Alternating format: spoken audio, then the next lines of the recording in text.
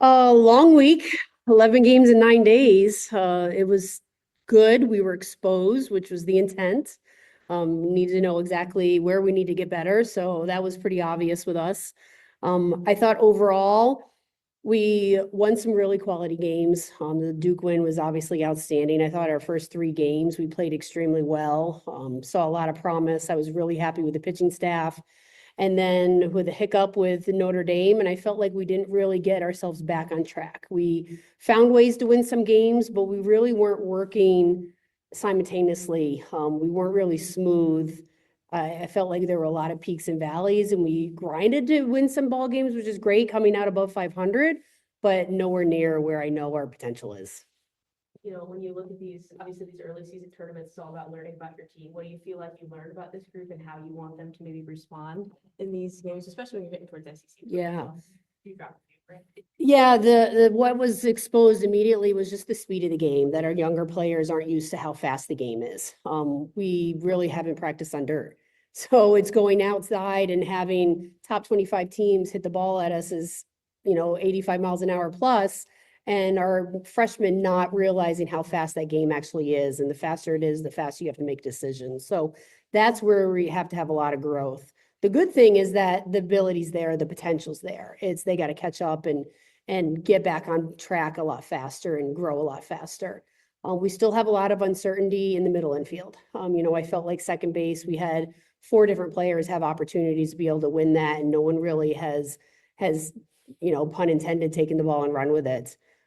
So we need to have a lot more consistency out of second base. And I think what's disappointing from my standpoint is defense is hurting us at times.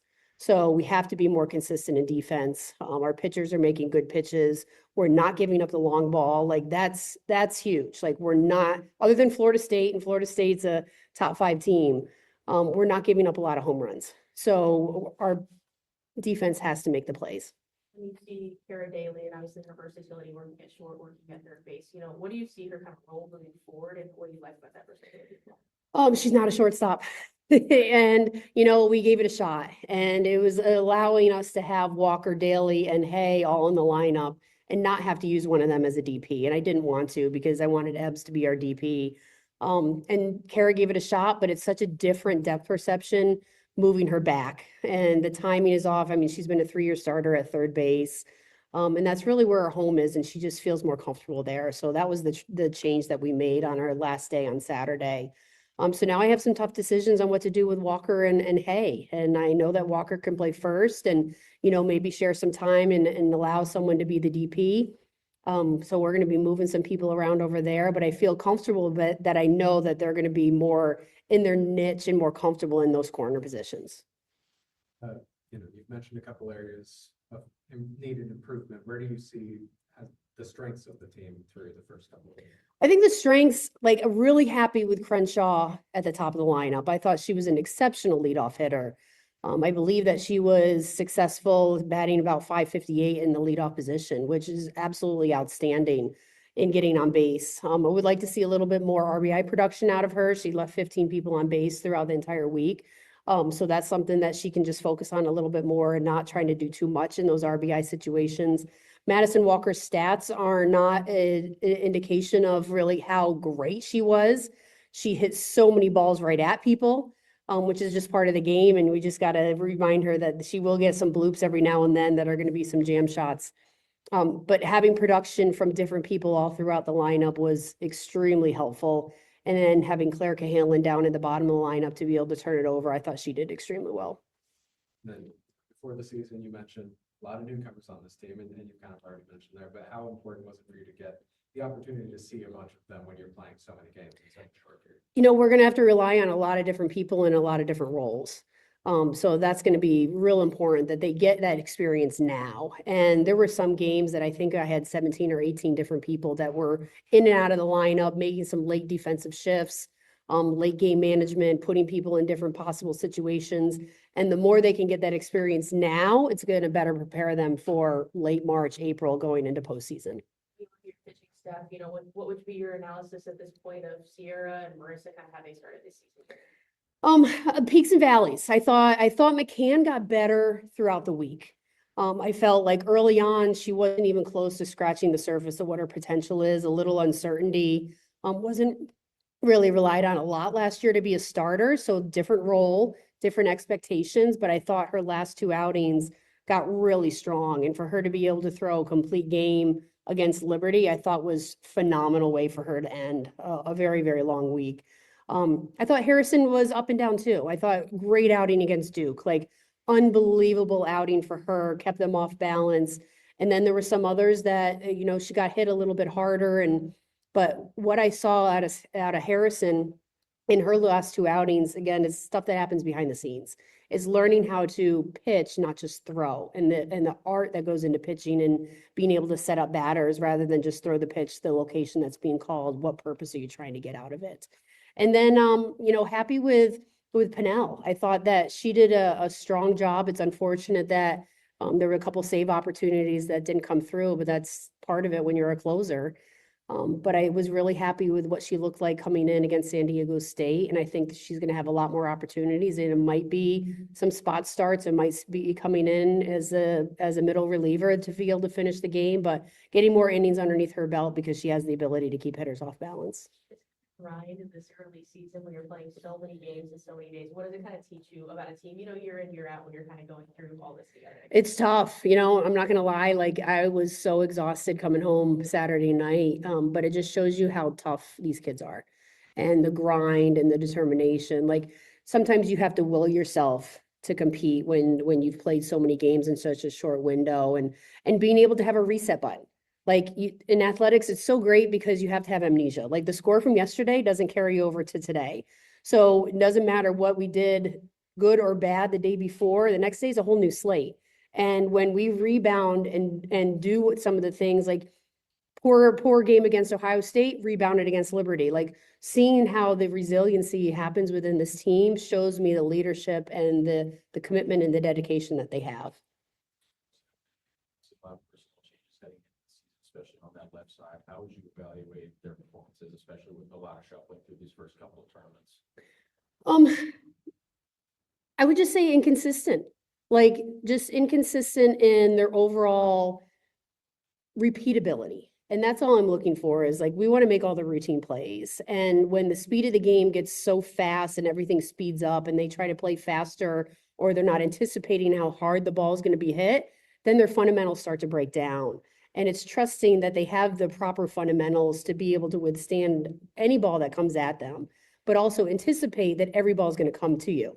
Like when you're in practice and someone's just hitting you balls, when the ground ball is going to come at you. Like you can be able to anticipate that. In the live situation, you have no idea where the ball is going to go. But if you have a defensive mentality where you're back on your heels, not expecting it, then the ball is going to dominate you every single time. So it's just kind of getting them a little bit more aware of the speed of our game and how aggressive you have to be when you're playing defense. There's no replacing Jenna and Maddie. Everybody's their own person. But what are some things that you think they had done in their time at Mizzou that you think this current infield can take and apply their games moving forward? The consistency. Jenna Laird was probably one of the most consistent defensive players. And I'll even go back to Kendall Bailey at second base. Like so unbelievably consistent in their play every single day. So when there was a ground ball that went up the middle of the infield, the pitchers knew when they turned around that the play was going to be made. Like if it's going to be hard hit shot, like then that's going to be an exceptional play and the exceptional players are going to make that. But we have to be expecting to make all the routine plays. And that's really what Laird and Honnold up the middle and Gallagher and Kendall Bailey did for us for so many years. After so many games in so few days, you're outside all the time, you come back to this. Is there kind of any specific focus when you're kind of back inside and not able to be out on the field again? My number one focus is to shout from the rooftops that they need to move the softball season back. Like every single time we come home from a trip, and this has been happening since I started coaching in 1999, softball should not be played in February, period. Like February is not spring.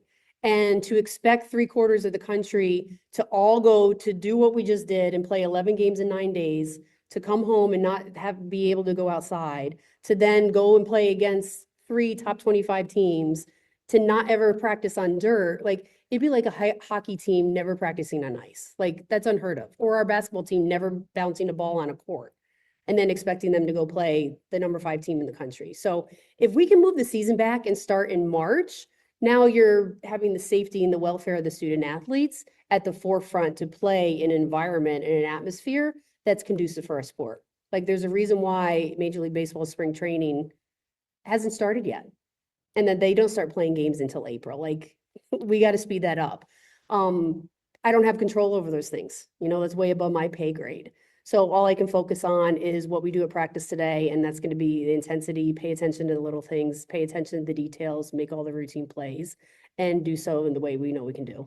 Just out of curiosity, how long have you been feeling that way? Because obviously growing up in New York and coaching in Hofstra, it's pretty cool up there at this time too. Yeah, I mean, there's been times that even as a college player in the 90s, and I'm dating myself, that I was blowing snowflakes off my eyelashes. Like, our game should not be played in snow. And we need, in the way the weather has been, like, we need to make a change here. But I've been feeling that way ever. But now I just have a platform that I can speak a little bit louder. When you look at the Marriott, obviously what's going ahead there, what do you like about going to that classic every year? And obviously you're facing some of the top competition, UCLA coming right around the corner. I think it's great for our players to experience the West Coast.